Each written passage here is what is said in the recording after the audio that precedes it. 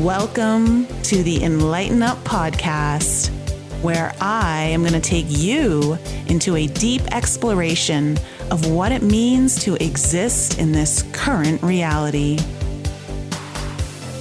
We are going to raise your vibes, open your mind, expand your heart, and dive deep into the wondrous mysteries and possibilities of this lifetime.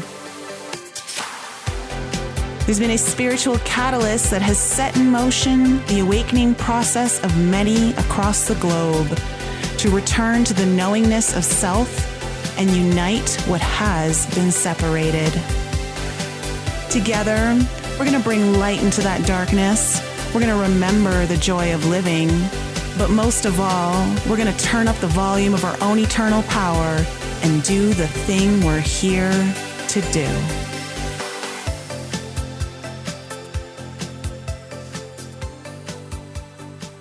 Hey everyone, welcome back to another episode of the Enlighten Up podcast. I'm really excited today because we're going to talk about soul realignment and how we can use the Akashic records to clear negative karmic patterns, as well as discover who we are in regards to our relationships, our true authentic self. This is really interesting. Marilyn Penny is a soul realignment practitioner and life coach. Welcome to the show, Marilyn. I'm so glad to have you here. Thanks, Nicole. It's great to be here. Yeah, so you do a lot with the Akashic records, and I'm assuming some levels of healing considering what you're working with here. Yes, I work in conjunction with people. So you're doing your own healing. Essentially, I'm just the guide, and I go in and actually use a protocol with the Akashic records, so it may be a little bit different from what people are used to. So I can actually pull out specific blocks and request them to be cleared, and then as we go through a session, I can explain where these blocks are coming up, and you can tell me where they are now repeating for you in this lifetime, and then we remove them. So it's really fascinating. I love it. So for the audience, because this is really interesting, I think a lot of people will really enjoy this, because our blocks when it comes to relationship is one of the most important aspects of being a human. How we show up in our relationship, first of all, our relationship to ourselves, our relationship to God, the creator, the universe, to everything around us is so important. But of course, our relationship to friends, perhaps a partner, all of these are really important in very intricate and integral parts to our journey here on this planet. So talk to me a little bit about how do we actually discover who we are through our relationships with others? Well, what I do, for instance, in sort of a relationship reading. So if I do a relationship reading, say between you and a parent, or you and a friend, or you and a business partner, I'll actually go in and find out where you were in past lives together and how you came together. So that sort of explains a lot. Sometimes I'll do couples and I'll say, you were, parent and child in a previous relationship. And they're like, oh, okay, I get it. It's like, but that's not what's happening now. You decided to come back together because you've had these relationships in past lives. And then I'll uncover things like, here's the lesson that you are learning. This other person is supporting for you, and then their lesson and how you support them. And then we uncover the blocks to your relationship. You might have specific blocks in your relationship that you don't realize. And I can help you alleviate those and bring better clarity to your relationship. So if you want to enhance that relationship, if you want to understand it, if you feel like it's not going anywhere and you'd like to sort of clear some things up, or if you're single and you want to create a relationship, what's holding you back? What kind of stuff are you dragging around from other relationships that you maybe go in and meet someone new, but then the same stuff keeps happening and you're like, why is this happening? This is a completely different person. Well, that's because those blocks are still there and you're just repeating that process, right? And I guess that's what we're going to be doing with me in a little bit, isn't it? Yeah. I'm So, excited. yeah, so for the audience, we're going to kind of let you in on some of I'm not sure how much I'm going to show on this podcast, but Marilyn has graciously offered to do a relationship reading for me. Now, I asked her to do it in a way that you guys can benefit from it as well, because I don't want you guys just sitting here watching me get a reading. But I think it'll be helpful for people to see like how what you do may be of benefit to them and why they may want to work with you given what kind of shows up in this reading, because I'm sure I'll have different questions once we do that. So that's going to be really interesting. And I have no idea right now, as I'm telling you this, guys, what is coming up. So I do know you did do my my tarot birth cards, which were the Yes. star card and the strength card, which was really cool. Do you want to Nice. explain to the audience why you do that and what it represents really?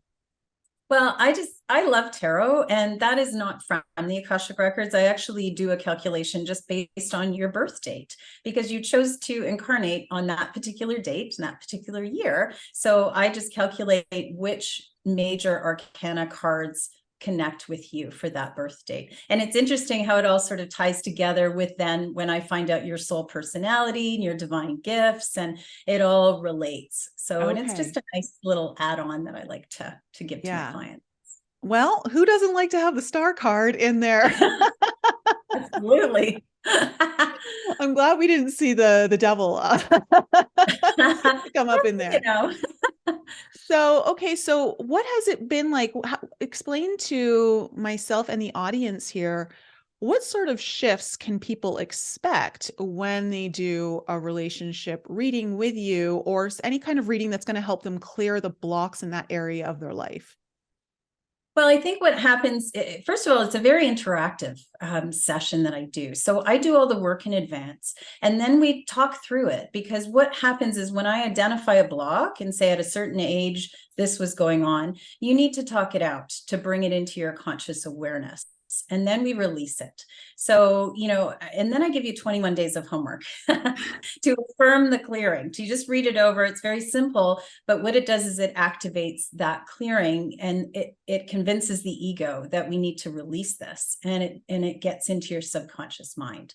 So that's where the sort of the magic starts to happen after we do the reading, and as the days and weeks go by, and then you start to realize, oh, I didn't realize that was coming up for me, and it's not affecting me as it was. I had one young woman, and she emailed me, and it had been months since we did a reading with her, and it was a soul realignment reading. And she said, I ran into my ex and I wasn't triggered for the first time ever. Oh, Like, I was so excited to hear that. And she said, I'm still releasing stuff, and it's been months, and she's in a new relationship and she's very happy. So that just makes my heart sing, especially when clients remember to come back and tell me. that yeah, no, I love that. I think, oh, there's nothing worse than having an ex who you're still emotionally, there's an attachment there in a sense that you will still get triggered by, whether it's just someone says their name, or you see them across the road, or I don't know, so you run into them somehow. Yeah. Yeah. That can be it can kind of be a little traumatizing when you're still, depending on how extreme the relationship was in a sense of trauma patterns and toxicity and on all of those kinds of things. I'm thinking of one of my past partners from my mid-20s. And I remember running into him on the street one night when I was out with some friends. And it was just the creepy, crawly, and like, oh yeah, I was like, I don't Yeah. want to be here. I just want to get out of here. I don't want to talk to him. And, Mhm. but there was still stuff I had to clear. And now it's completely different. But Yeah. explain to me what kind of clearings you do. So you're clearing when you're working with emotional blockages and you're doing that clearing, how do you specifically work to clear? Well, I use a specific protocol. So I'm using a pendulum, and I'm actually asking questions and figuring out what blocks are coming up. So, and it's only what your soul is ready to release. Because obviously, if we released everything, from all the lifetimes and all, it would be a healing crisis. So it's only what you need to know right now. So I'll find for you what blocks are coming up for you with respect to relationships that you need to release. And it's interesting because some people will say, oh, I really thought this would have come up from this, like you mentioned your past relationship. Maybe you're not ready to get into that with respect to what I do. Maybe there's some other things that need to come out first. So it's sort of a digging deep and a peeling away of the layers of the onion to get to your divine soul. That's what we're looking to get back to our divine nature, which is perfect and beautiful and loved. Yeah, that's, just a few weeks ago, I had a woman on, Gilliana Akin, and we were actually talking about, she reads people's soul contracts and she decodes them through the phonetic sounding of your birth name on your birth certificate. And quite a few people in my audience have had their name decoded to get their soul contract, and I have with her, and it's incredibly accurate. And one of the things that we were talking about last time she was on the show was this idea of healing and how important, and like right now it's more about soul realignment. So allowing those fractal pieces to come back home into the heart, as opposed to trying to cut something away or remove something. And is that kind of similar to what you're doing? Because you're calling it soul realignment. So that makes sense, because it's not like you need to get rid of anything. It's just, it hasn't been in the right spot, where it's in your field. Right. So when I do soul realignment, I'm actually finding negative karmic patterns from past lives and also from present life experiences. So I will channel then stories for a past life, and I'll say, okay, certain number of lifetimes, this is the situation, and these are the blocks that came up. Perhaps you had a constraint or a vow or a negative thought form. So, and then I request the clearing, and as you talk to me about it, you would then allow the release or acknowledge the release. And that, it doesn't remove the story, because the story happened to you, but it removes those blocks, those interfering pieces. Because I have channeled stories that people have told me, that's happened to me. That happened to me in this lifetime. So I'll say, okay, so yeah, so let's count the bits that made it uncomfortable in this lifetime. So then you can move and make a new choice, and that block won't impede you now. It's gone. Okay. So that's so cool. that really is. And so, I mean, what I love about that too is you never want to remove your story, because your story is what got you here. And otherwise you remove the story, you're gonna have to go through the lessons again, because it's no yes. we don't want to do that. We don't want to do that. No, thank you. No need to start over from scratch. And I think that understanding too, that as difficult as some of the very challenging parts of our journey are to deal with and move through in the moment, especially when we're going back to revisit perhaps some of the pain to help understand it. That is how I see what you're doing too, is that this isn't, again, about removing something, but it's about going back to the story and really understanding it from perhaps a different perspective, a different kind of lens that allows you to comprehend and give you context to why things may have happened. Because one of the easy slippery slopes that I think a lot of us can slide down is thinking, what did I do in another lifetime to deserve this? Or we go into victim mode, like, why me? Why is this happening to me? And granted, when it's all coming down on you, it's really easy to go there. I'm sure you have, I definitely have. It's not easy. So I think having that context, for me personally, I found that it can be very helpful.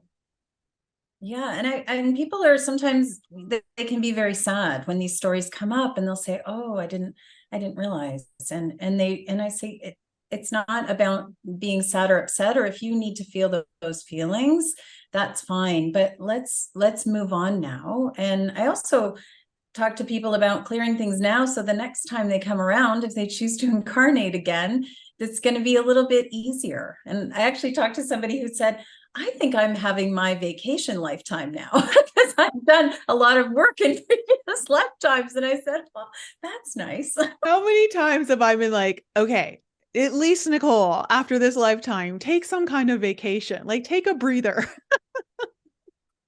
I know. Although I'm sure there were lifetimes before this one that were way more difficult. Yeah. Oh, sure, Yeah, sure. Yeah, yeah. And I think, and we're never meant to be done. I mean, that's my understanding is I we're not agree. meant to be perfect, and we're not ever meant to be done. So don't feel like you have to finish. Like I have some clients that are like, I'm going to keep doing these soul realignments until we're finished, until it's done. And I said, well, okay, I'll work with you until I am no longer here. But if you would like. Well, Right.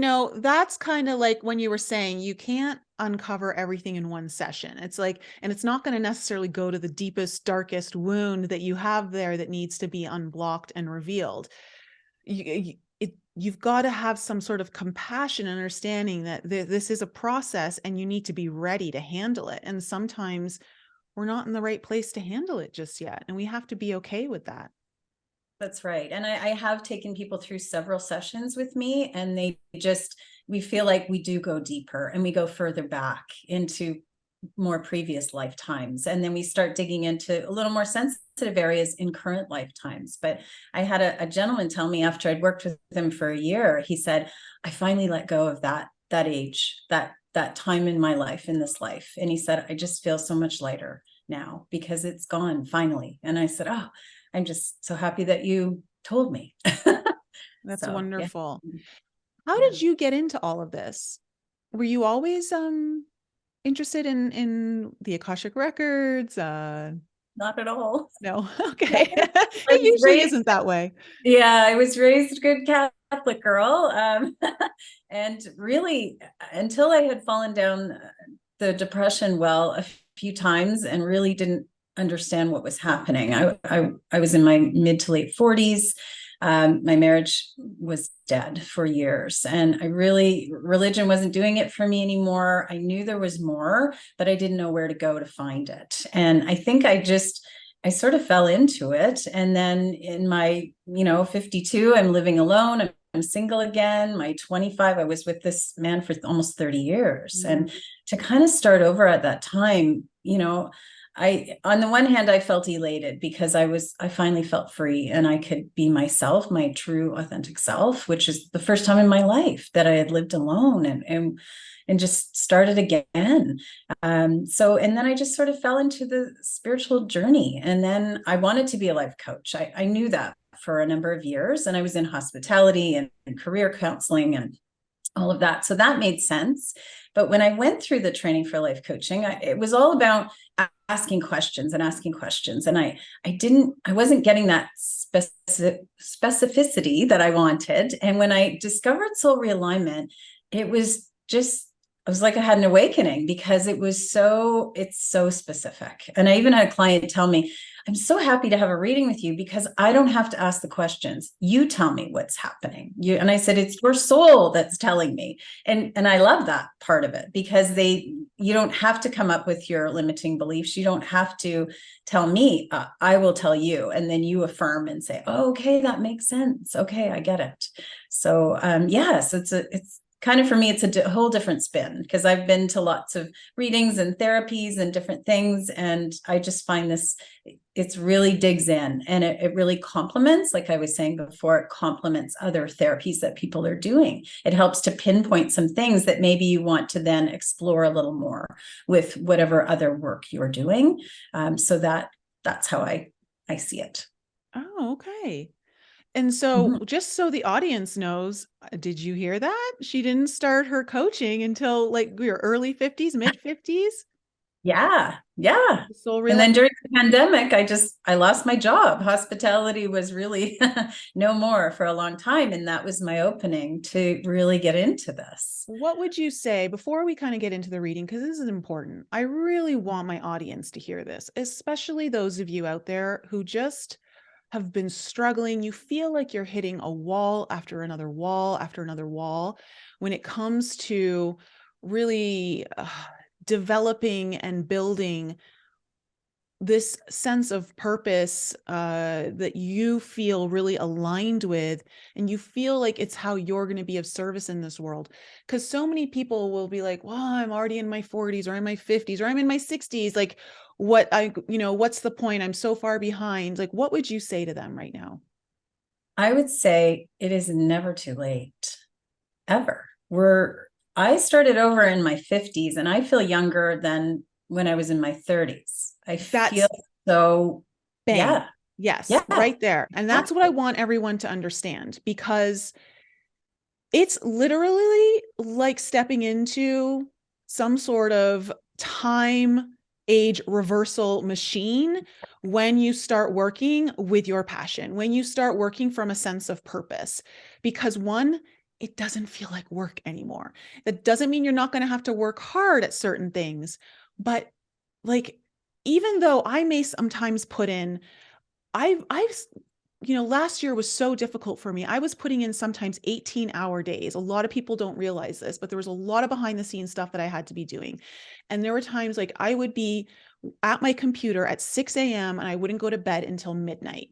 And of course, that's exhausting. I'm not saying that's how you should work and maintain that. But Right. I loved what I was doing because I knew it was feeding my soul. It was giving me this sense of purpose. It was clearing a path for more for me to do. And I think that once you realize what it is that you're doing and you start actually living it and breathing it, I do believe that it's an age reversal thing. You do feel Well, younger. I'm going to be 60 next year. So I think I look pretty good You for do. 60. You look great, Marilyn. Thank you. Thank you.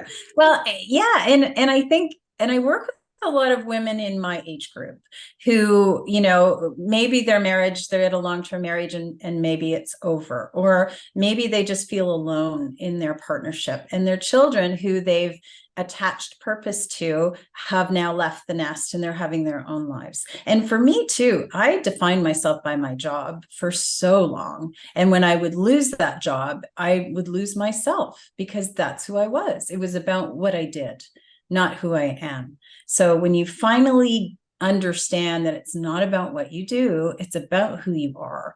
And I call some of these women, we're the in between, because you're sort of, you just restart your life in a sense, right? Because if you do get married and have children, it becomes all about them for Mhm. so many years, and you just disappear. You just become like, a functional person. I am doing this for other people for years and years and years, and then it all kind of goes away, and you think, well, what am I supposed to do now? I'm too old to go get a job, or I'm too tired.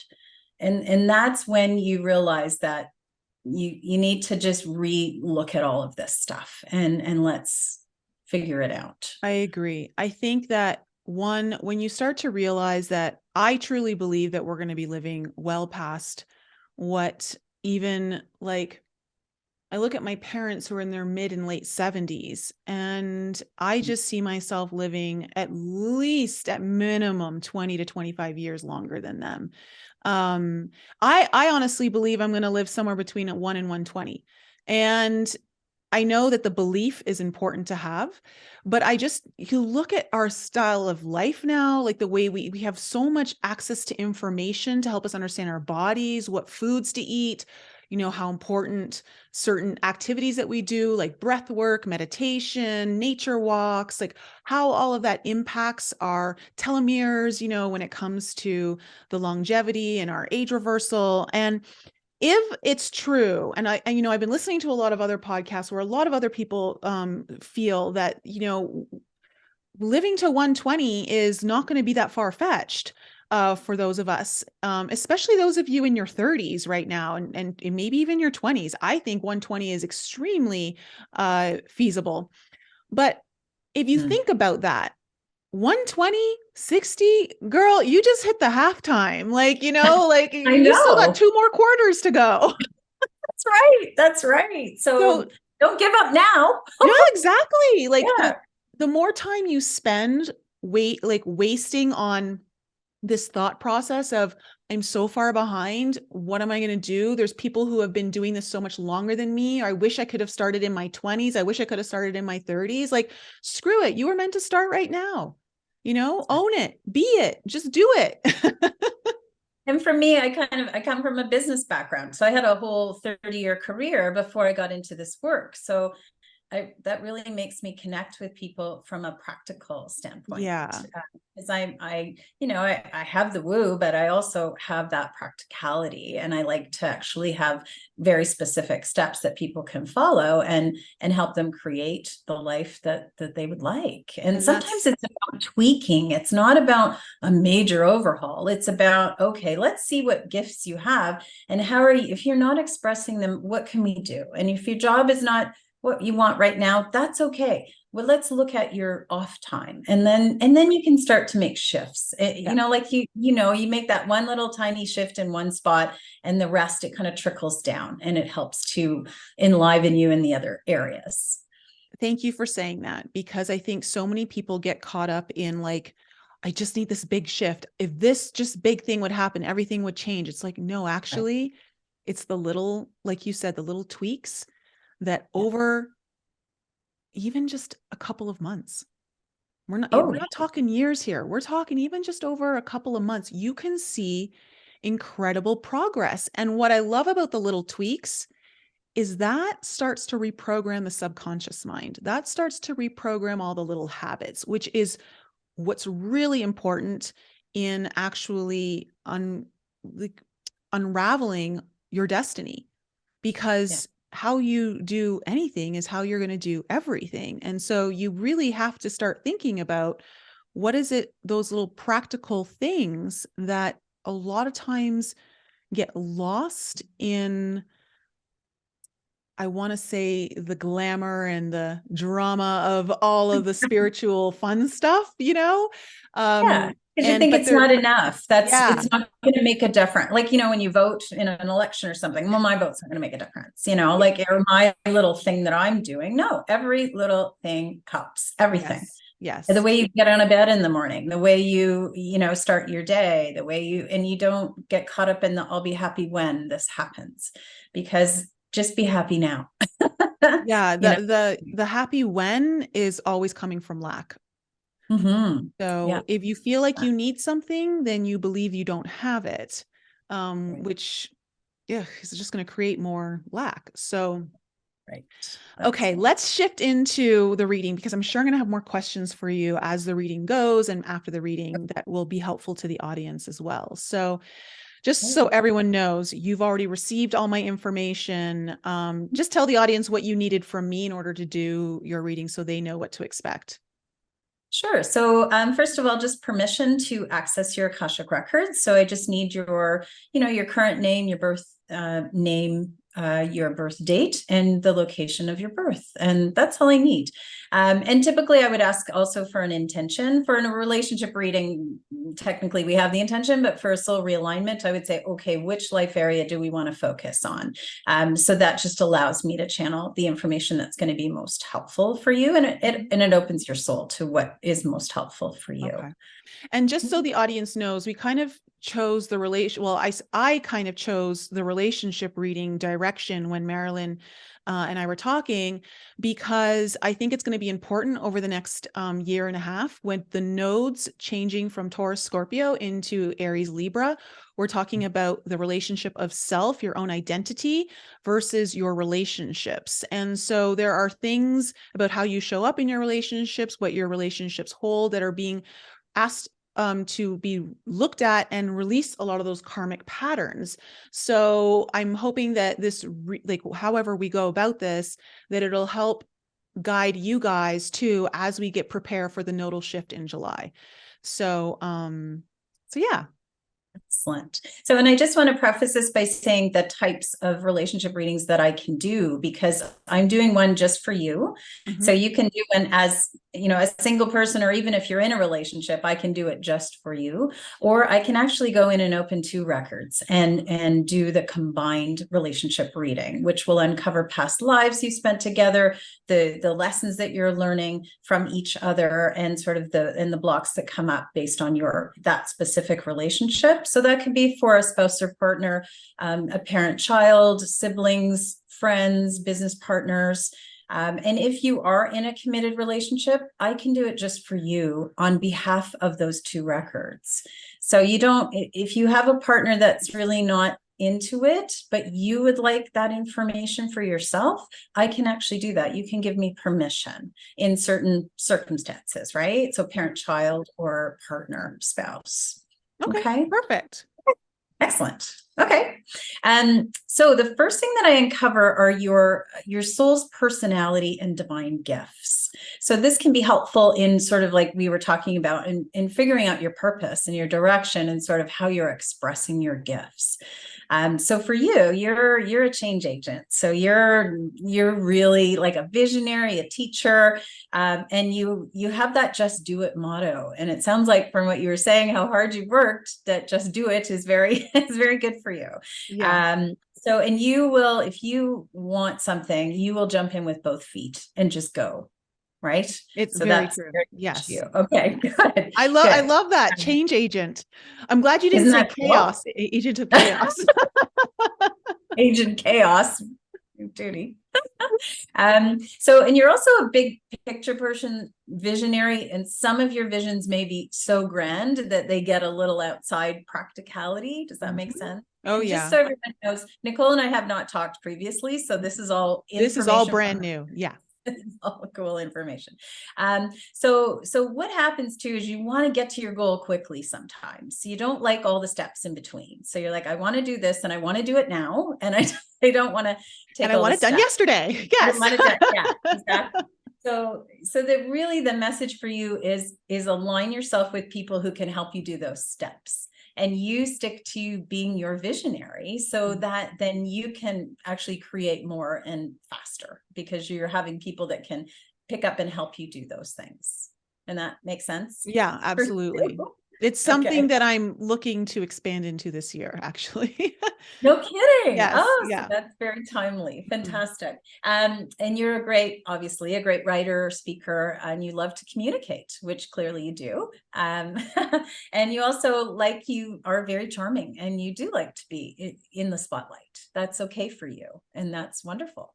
Yeah. It's funny because if people were following me, they'd say, oh, is that true, Nicole? Because there's a part of me that doesn't want to be in the spotlight. In fact, I struggled with being in the spotlight for the first half of my life. But as I started to face a lot more of my shadow elements and did a lot more of my inner child healing, what I recognized is my inner child actually really likes to be in the spotlight, not from that ego sense, but just from a place of like, she really, oh gosh, there's something going on here. She really likes to hold the microphone. And I thought I was going to say my microphone like moved here. I don't know what's going on.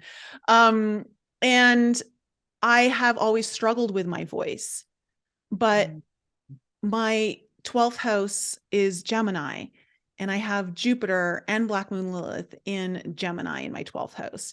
And so a lot of my hidden talents and strengths have been writing and speaking and communication from a place of Jupiterian energy, which is teacher and things like that. And so it took some time though, in order to really get to those, I had to work through some of my traumas. Yes. But now that and communication is important for you to live your divinity. So the more you do it, the more you shine, right? When you're doing that. So, and it's all aligned. The communication is all over this because your divine gifts are communication and love. So for communication, you're a writer, you're a speaker, you inspire others through your words. So it's very important for you to have an audience, which you do. So that's incredibly aligned for what you do. And you're highly verbal, which doesn't mean that you necessarily you talk a lot, but you process things out loud. Does that make sense for you? So you need people around you who can just shut up and listen. They don't necessarily need to help you figure it out because you can figure it out, but you need to process it in that way. So you just want to be around people who listen to you. Do you find that people kind of interrupt you and say, well, just do this or just do that? And you're like, no, I just need to talk it out and I will get there. Yeah, it's almost like as I'm talking and I'm hearing myself say something, it's like all the puzzle pieces just start to click and fall into place. Right. Right. So totally own that, because some people I know, I think my daughter has this energy too. And she said, doesn't everybody do that? And I said, no, honey, it's okay. Yeah, I know. That's where my dad steps in, and I struggle with him because he always likes to interrupt me and come up with the solution. I'm like, no, just hold on a second. I'm working through this. Getting there. Yeah. So it's kind of nice because there's big ahas in some of this stuff. And also it's like, okay, give yourself a break. That's who you are. And it's okay. It's totally okay. So it's like, oh, okay.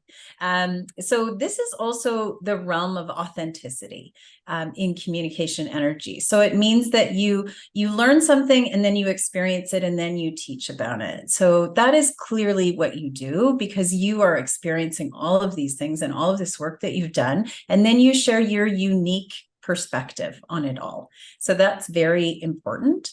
You're also a great teacher, but you also love to be a student. You're a lifelong learner, avid reader, all of those things, right? That all makes sense. And you also have that inner wisdom that you can just give advice to people. And even if it's not necessarily in your wheelhouse, you can spontaneously give advice on something. And sometimes even that advice will surprise you. Does that make sense? That sometimes yeah, like, where did that one just come from? I know. So that's a unique gift. That's wonderful. So the negative polarity, or sort of the dark side of this, is when your communication falls on deaf ears and you're not around people who value what you have to say. So it is important that you have an audience, and clearly you do, and they love you. So that's really important for you to express your divinity. That's clear. The dysfunction is when you communicate to no one. So I work with people who have this energy that, they journal all the time, or they're writing, or they're going to write a book someday, or they talk to themselves or their cats but they won't express it to other people. They won't have that audience. And it doesn't have to be a big audience. An audience of one is fine. One is fine. Yeah, I know. Yeah. That is something I struggled with for the first at least 30 years of my life. And then I had to start exploring opening up, and my audience is very familiar with me getting very vulnerable on this channel through my Raw and Real series. But yeah, I struggled a lot with communicating with my words in general, but also expressing what I was feeling. I would just journal about it and not talk about it with anyone. Right. Right. So that holds it in, and then you're not expressing your gift, and that unlocks your abundance too, right? So you need to express. Marilyn, this is so cool, because what you're doing is, like, for everyone who's here listening right now, you're literally tapping into a lot of the stuff that I am going to be working with my Forbidden Journey program, because I use 12th house astrology to as a tool, not as the main thing, but it is part of what I use to help people discover their hidden talents and their purpose and their strengths, but also where their weaknesses can self-sabotage things, and how to bring light around the darkness, so that the really big gems that you thought were actually not that great are going to shine. And you're literally hitting on every single one of my Jupiterian 12th house stuff. So this is really cool to listen to. So I just want to say to everyone, she's nailing it. Good. Well, and it's so affirming for me too, to work with someone like you who has all of these other talents and skills and the astrology part of it and all. Yeah, I love it. I'm still pleasantly surprised when people say, oh yeah, that makes sense. I'm like, yay.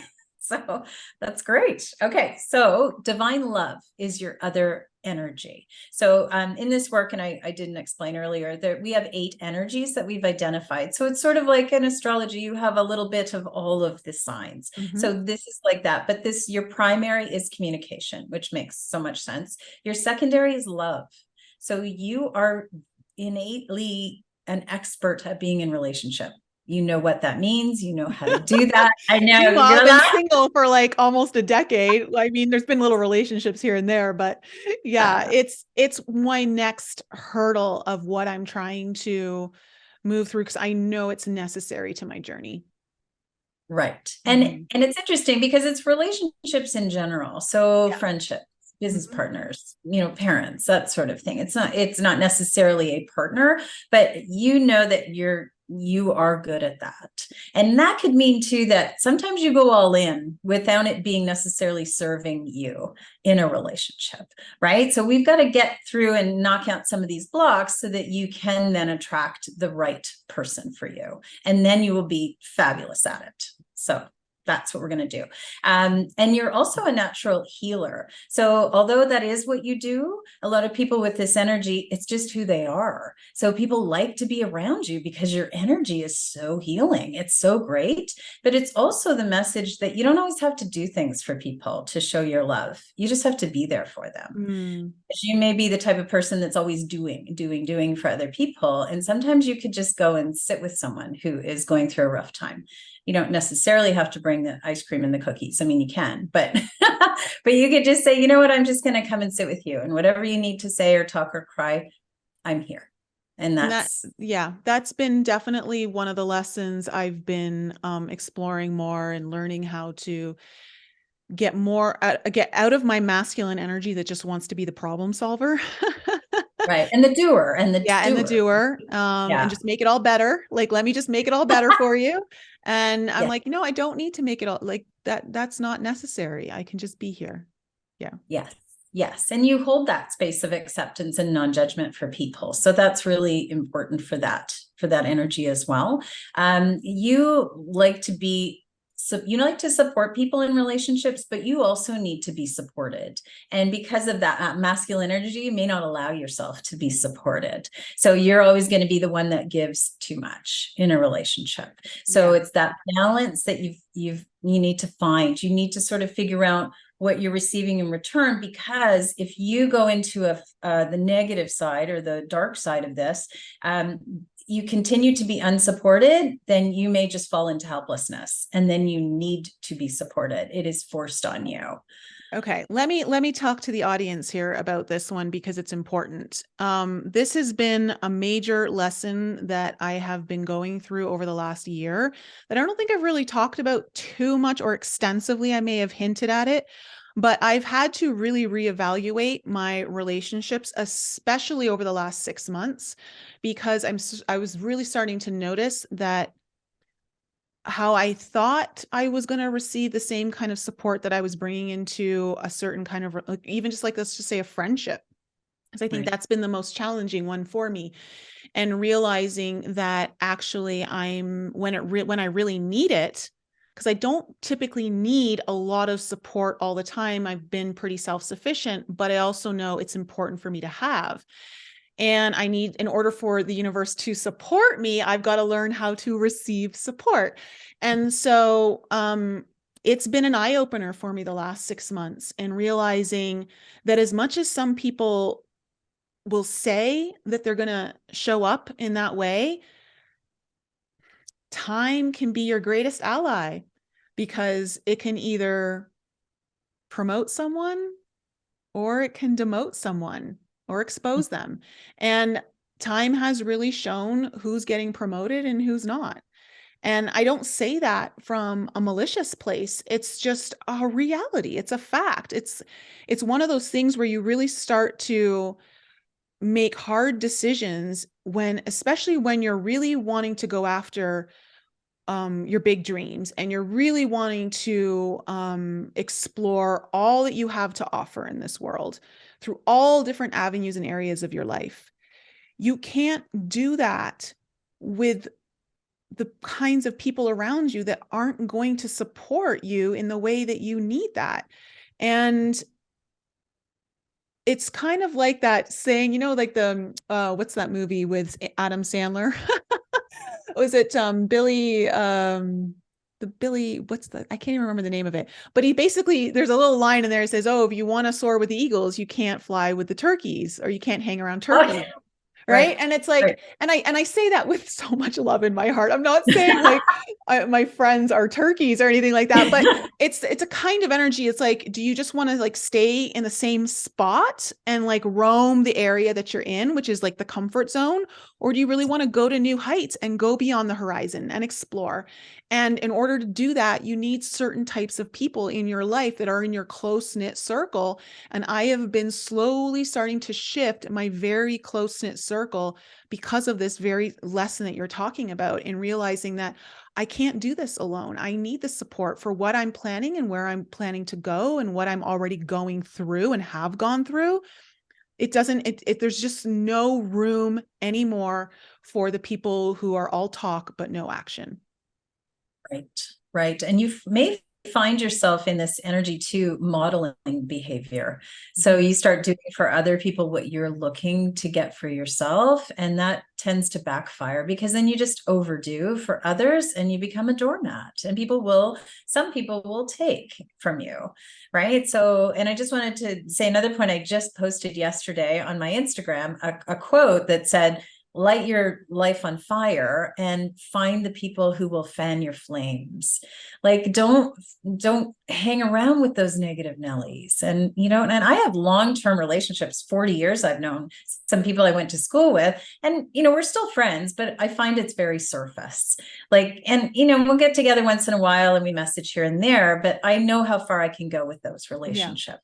And they're okay. They can stay in the background. I've known them forever. It's all fine. But I am finding people that will fan my flames, people that believe in me and not sort of say, oh, that's cute what you're doing, but no. And I'll just say, well, no, this is great. I love what I'm doing. So, and I'm just living so, yeah, and I just want to make it clear here so the audience doesn't get the wrong idea.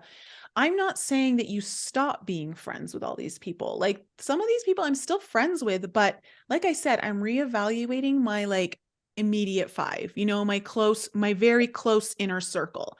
who you Some of spend the these most friends, time with. yeah, they've gotten demoted to outside that circle, which means they're not going to get the potency that they're used to getting from me.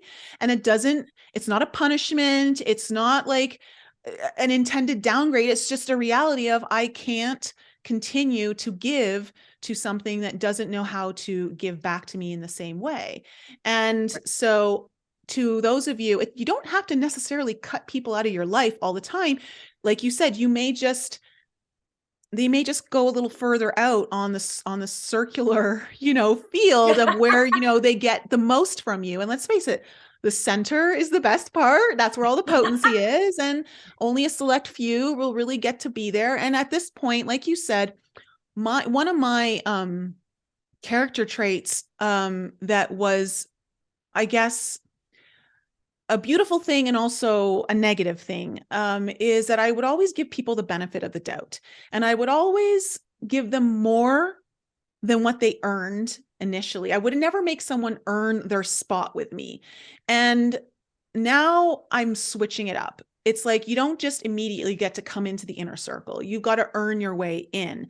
And likewise, I would do the same for someone else. I would want to earn my way in and show, the kind of friend I am, or the kind of confidant I am, and so I think that's important to recognize.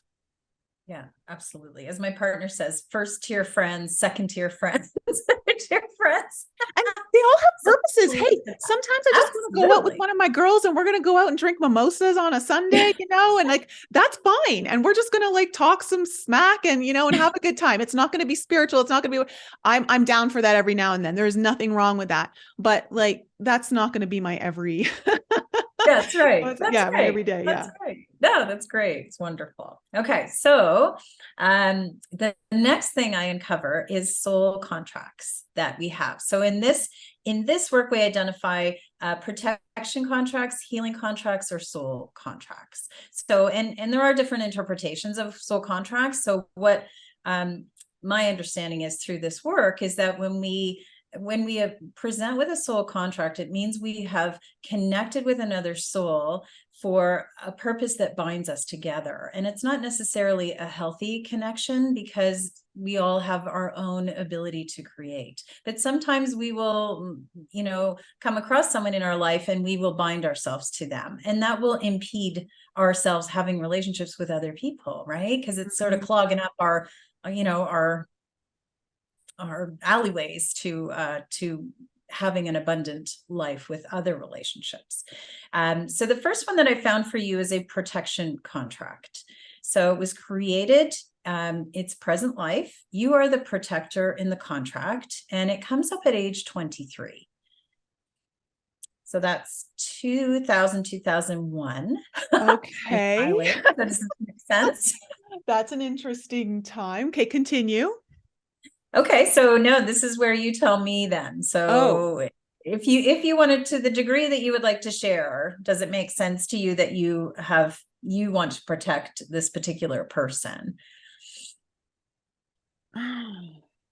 honestly, And they may not even be in your life anymore, but you at one time bound, so you still have sort of part of yourself so is. okay. It's interesting because right around that time, I was in a relationship with someone who we ended up being in a relationship I was 21 till 24. Okay. And that particular relationship, I was emotionally drained. This guy was very jealous, very possessive, and I wasn't happy in that relationship. I stayed because he always gave me the impression that he would fall apart if I left. And so every time I tried to end things and move on, he would threaten to commit suicide. Oh, And so I, there would be times where he would say, I haven't eaten in days. I don't want to leave the house. My mother's worried about me. He was still living with his mom, but he's living in the basement. And I would be guilt tripped into coming back into the relationship until finally the last moment where I put an end to this, at least in this particular relationship, was when I told him like I needed to break up with him. This was the summer of 2001. Um, yeah, 2001. And I told him, like it's over. I'm not happy. Um, I need to be happy, and I'm not happy. And he again started to cry. He started to pull all of this emotional manipulation on me, and how much he loved me and he was sorry and he can't live without me and all this kind of stuff.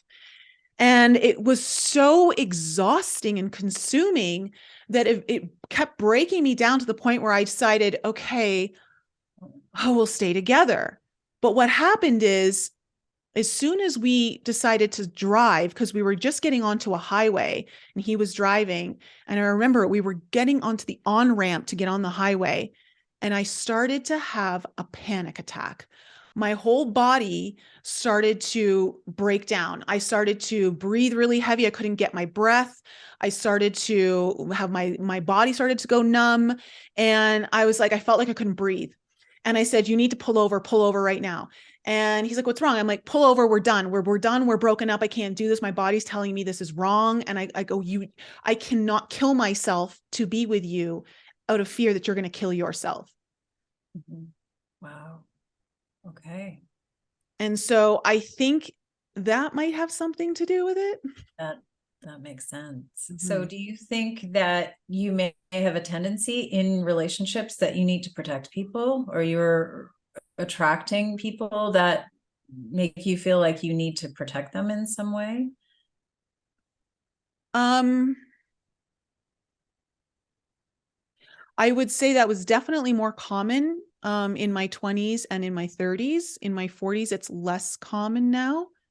But I have still sensed and seen that, not all the time, but every now and then, I'll meet a guy, we will go on a date or a couple of dates, and it's someone who's really needy. Like they really need me, and they don't want me to leave their life, even if we just met a few times, and it's just all of a sudden like there's just this attachment that you must stay in my life with me. And I'm wondering if it's a tie to this particular contract. So, and that falls in line with that love energy that you have. People just love being around you. And then you have that tendency to protect. Well, that's who's coming to you. So we release this contract. So there may be other protection contracts that come up, but this is the important one. This is the one that you need to let go of. So obviously you've done work on that and you've released it to a level of consciousness. I consciously understand that I have done that in the past and I'm not doing that, but this is going to release it from a deeper level so that you can now energetically attract, that person that doesn't need you for that reason. Because that brings out your masculine energy too, right? Because you're like doing and helping and all that stuff. So that's, how cool is that? That's really interesting. What an interesting time you just picked there. I know. I love that. Okay. So the next one I found was a healing contract. So this is present life as well. And you are the healer. And this is from age 16, 93, 94. So is there someone it was in your life at that time that you were sort of feeling you needed to heal? You needed to be with them. Not necessarily a partner. It could be in any relationship. 93, 94. So 16, 17? Age 16, yeah. Trying to think. There was one girl I played basketball with, and I think she had some sort of illness that came up unexpectedly. And she didn't really have a lot of support from her family. And so she would open up to me. And I felt the need to be there for her. Just because she didn't really have anyone. Mm-hmm. Right. So having a healing contract, and it's very lovely, but it takes your energy to be bound, and contracts sort of imply obligation as well. And we don't want to be obliged to help anybody. We want to do it as we choose to do that. So, and you may have a tendency to, when you're in a relationship, any kind of relationship, that you have to be the healer because that's who you are. But this is a binding. This is something that your soul decided to connect with this person. And clearly you've moved on. Like this is many years ago, but it's still kind of stuck there in your soul. And this is something else that we can release. Okay. Yeah. Okay. It's, and this is what's so interesting too, for everyone to understand, is that definitely I've done some work around that, because there's certain people that, even one of my intimate relationships over the last 4-5 years, he always came from a place of needing me to be like that healer for him. And I realized like there was a part of me that wanted to do that because I liked feeling needed. And that was like my inner child wound, is like, oh, if you need me, then I'm loved, like, so when I'm needed, I'm being loved, or I'm lovable. And so, but that is something that I've recognized is not a healthy pattern for me. And, but this is the whole thing, is like, we think that we may have cleared all of it, but there's just always these little remnants that keep popping up that, you may have cleared a good chunk of it, but this stuff can still permeate into your reality.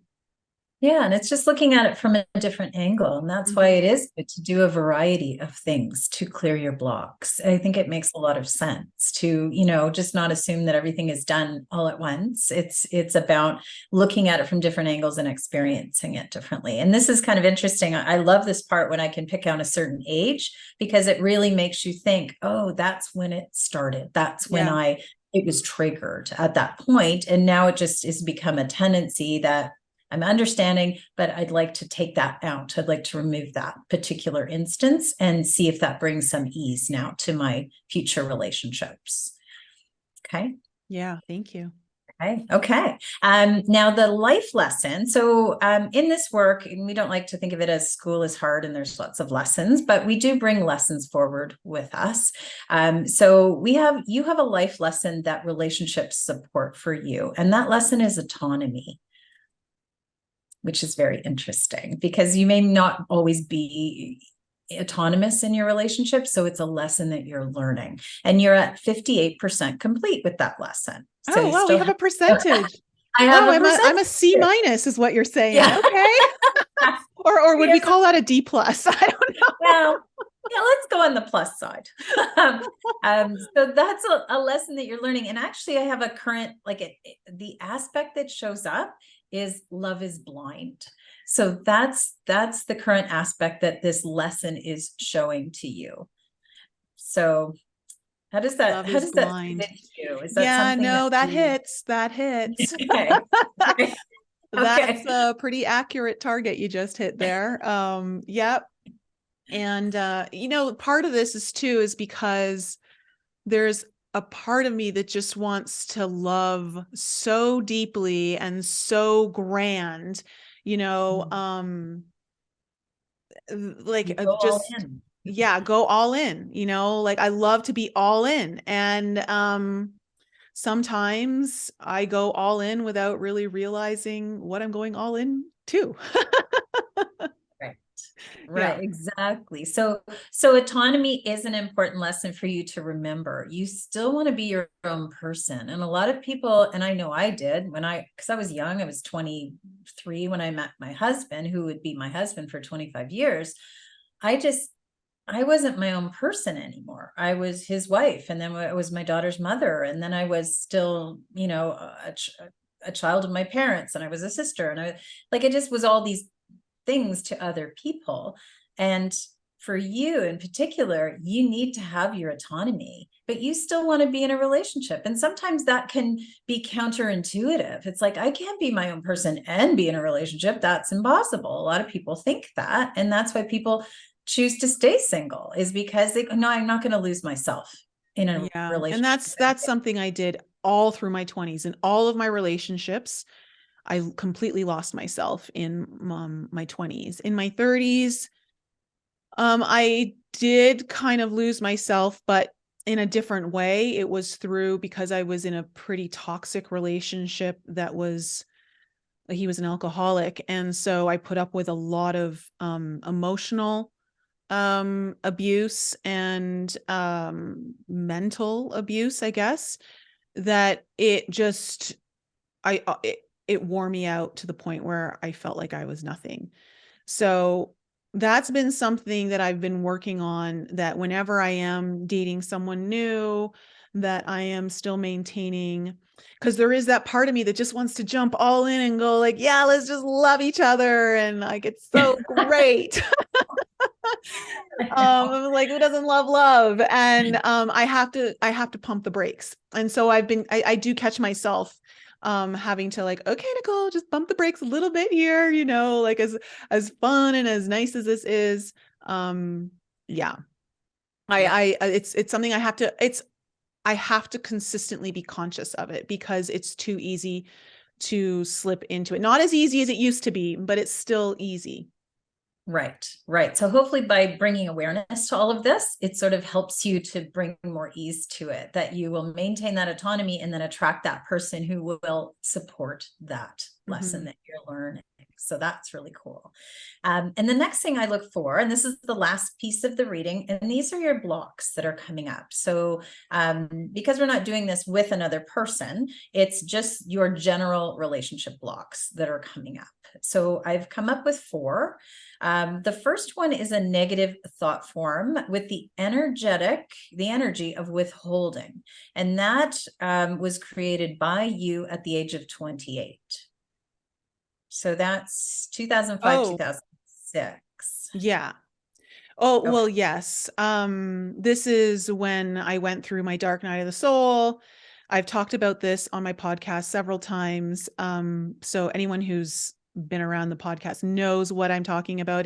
I was cheated on by my ex-boyfriend. I just went into the darkest place and I said, screw that. And I'm just never going to give anything again. So that makes that withholding then makes sense. Yeah. So yeah, so that's still stuck there. So we need to remove that. I mean, that's from a long time ago, right? So there's maybe a part of you always that's, although you go all in, there's still that little piece of you and your subconscious going, I'm not giving it all. I can't. Yeah, I can't no, it's true. Mm-hmm. Yeah. So releasing that is a good thing. Mm-hmm. And then we have an imprint. The next thing, it's in your fourth chakra, mental body. So that imprint is that stamp that says, this is what's going on with me now. This happened at age 30, and it comes up as he who fails to prepare prepares to fail. So that's 2007, 2008. So had you been in another relationship at that time?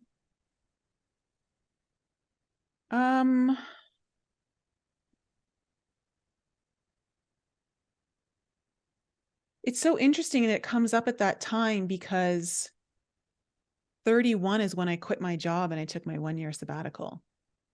Like that. So the year before that is what you're talking about. Yeah. I know what it is. Oh, I know what it is.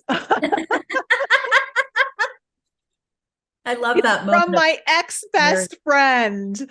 Oh, this girl, she, bless her heart. We were best friends all through university, college, until I left for the Cayman Islands. And I remember during 2007, so I was just 30, maybe 3 months. And I come back to Toronto to visit, and we were at some rooftop bar, her and another one of my really close friends.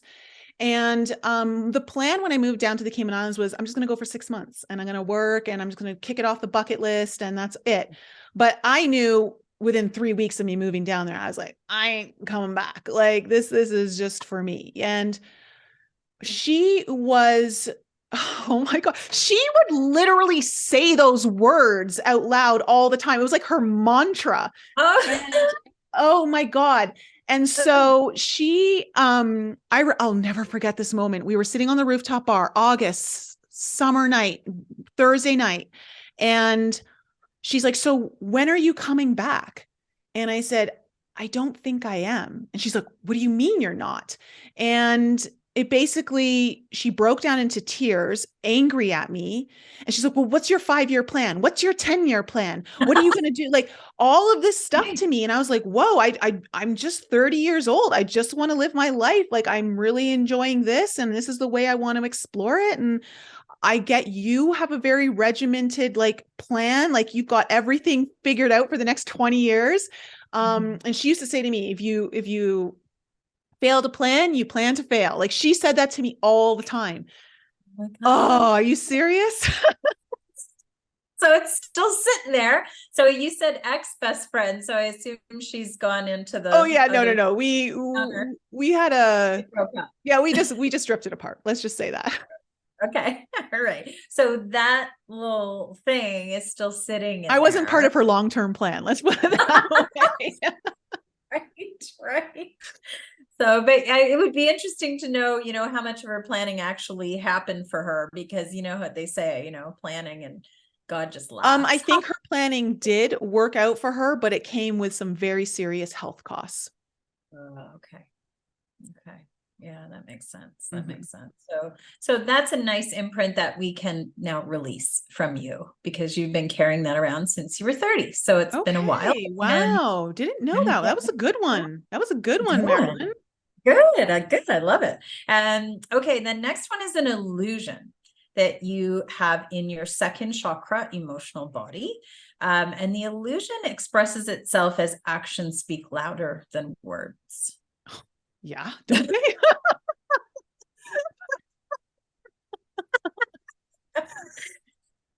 Am I wrong? Is there something wrong? I don't Well, it's interesting because when this comes up often for me when I do relationship readings, and I always think, okay, so how does this come across for you? Because is it is it that the actions and the words don't match, or is it that you're not listening to the words because you're always looking for the actions and you don't believe the words, and you're looking for backup? You're always looking for, well, show me, show me, show me.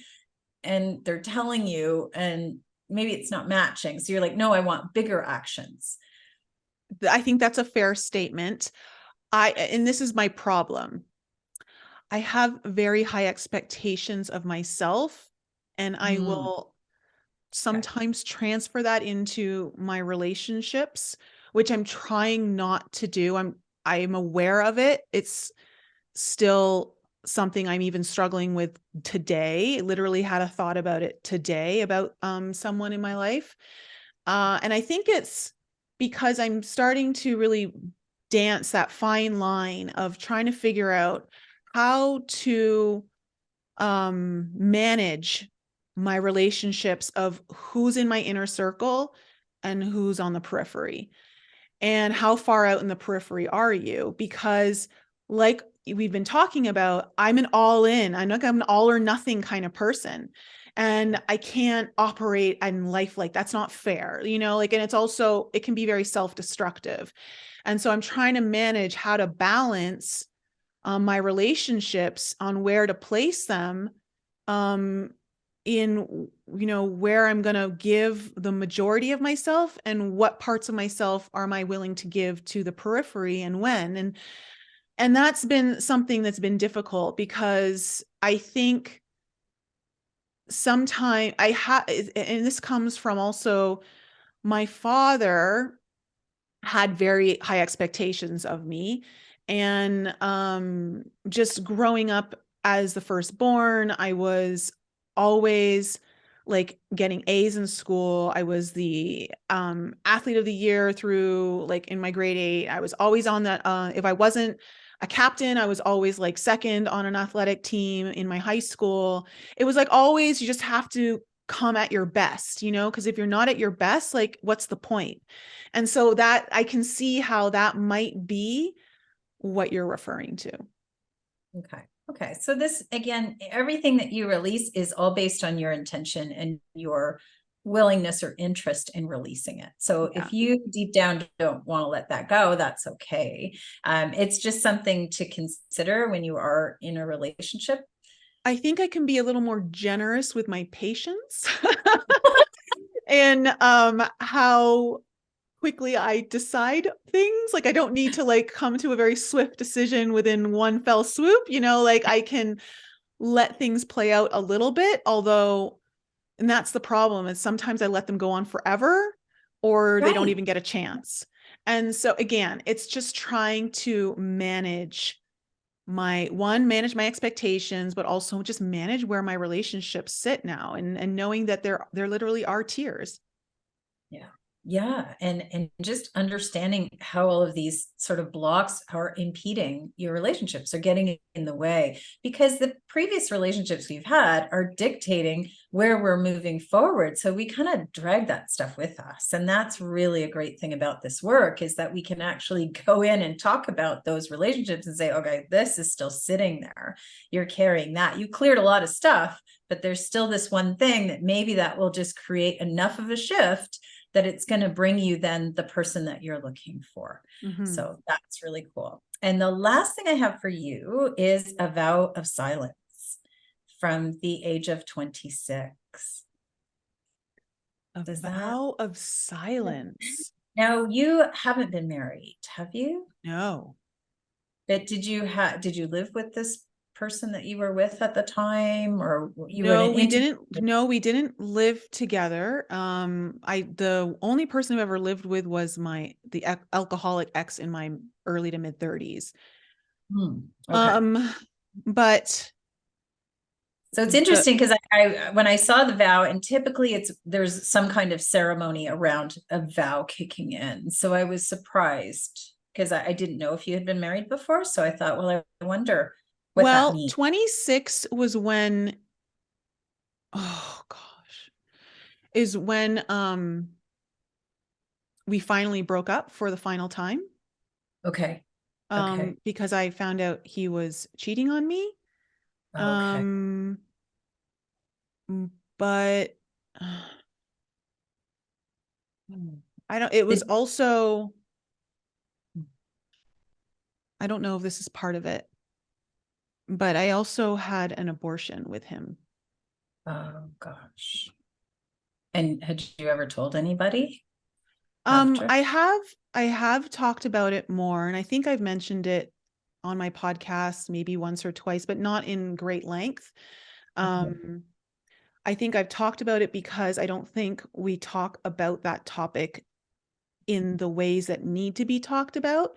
In that it, as much as there are certain camps that want to be pro-choice, which this isn't a debate whether pro-choice is right or wrong. There's not enough discussion about the pain that a woman feels even just doing that. Oh, Like, our society is trying to push this, like, it's your body, your choice, but you do have to live with that decision. right. Right. The education is not complete, obviously. Yeah. And there's no support because there's no emotional support, there's no mental support.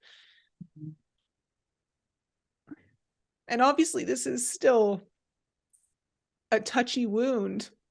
It's still tender. And it's crazy because I've been working on this one a long time.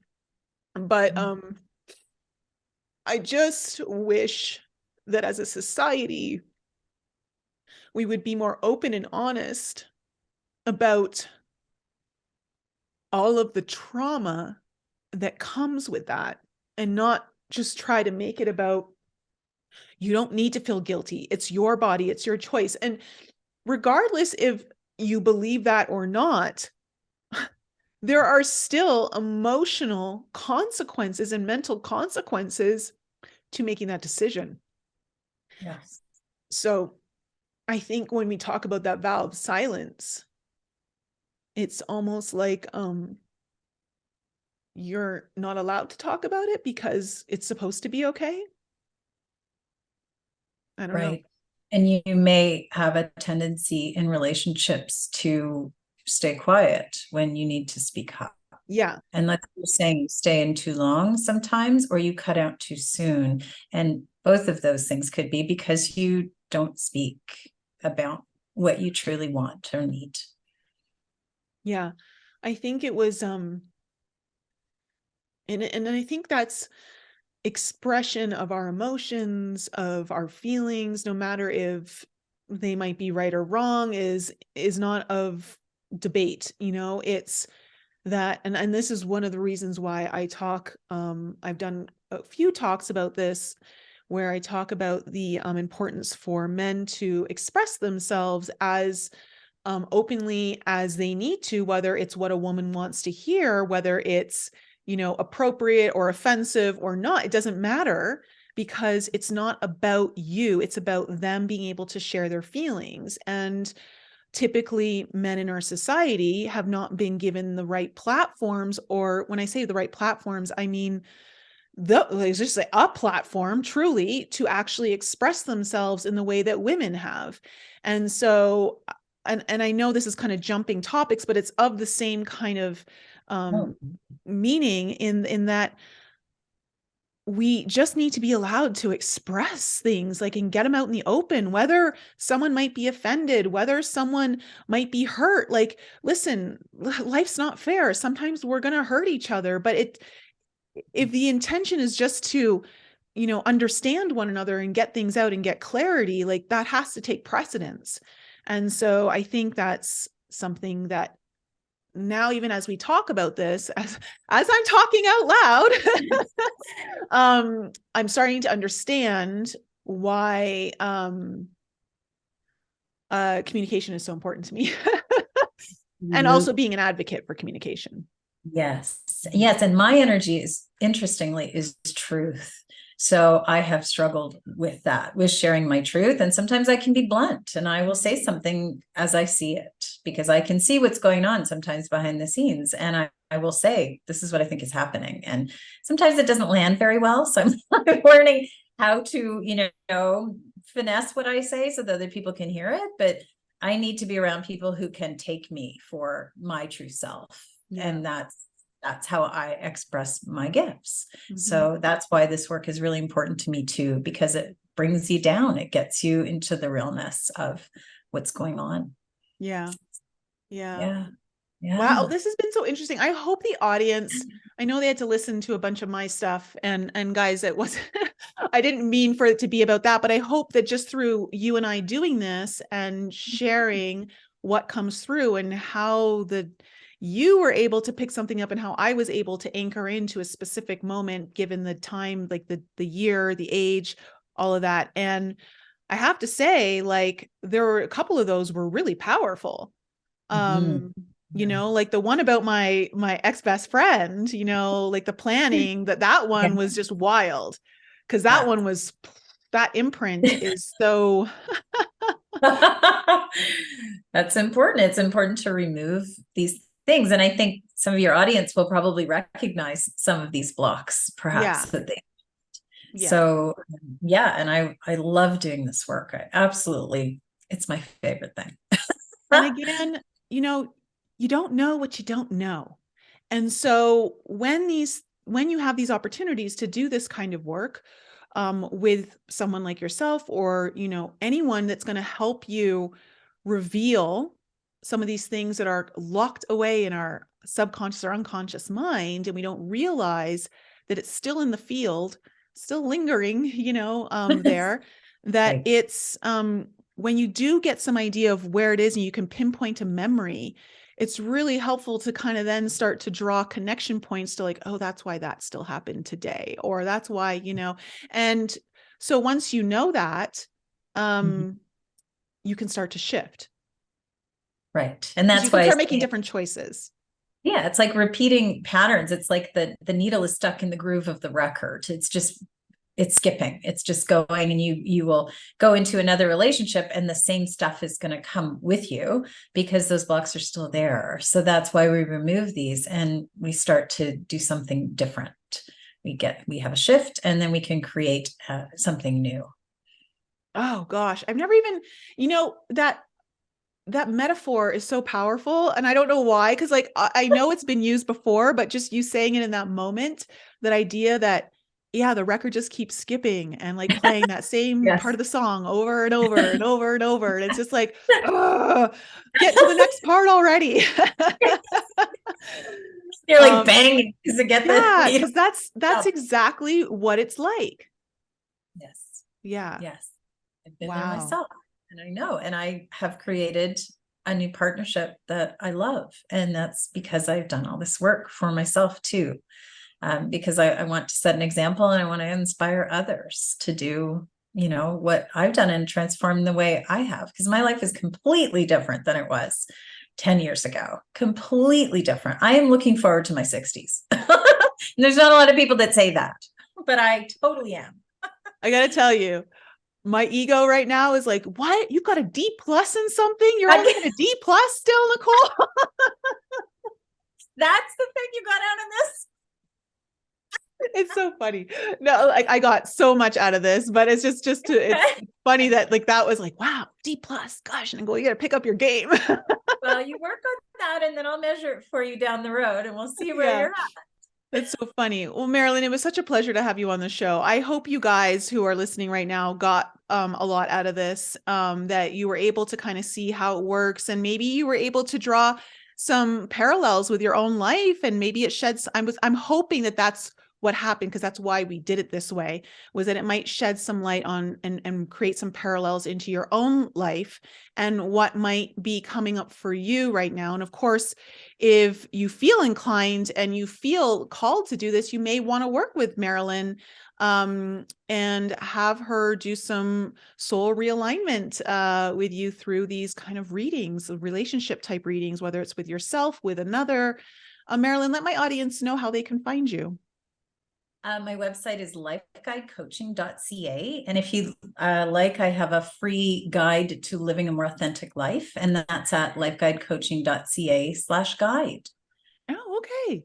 Perfect. Yeah. And are you on any social media, Facebook, Instagram, anywhere? Yes, I'm on all that. So Okay. just at Life Coaching for Okay. Instagram. So I'll get the links from you, and guys, I'll leave all of that in the show notes below. So if you want to find her, it's really easy. But of course, check out her website, lifeguidecoaching.ca. She's Canadian, yo, guys. She's like from where? We were born in the same town. We were born in the same town. Isn't that great? I know. We only meet now once I'm in Denver. So yeah. Great. Yeah, Well, such a pleasure. Yeah, such a pleasure to have you on. Thank you. What a beautiful gift you have. And guys, I love you so much. And of course, don't forget Forbidden Journey Retreat.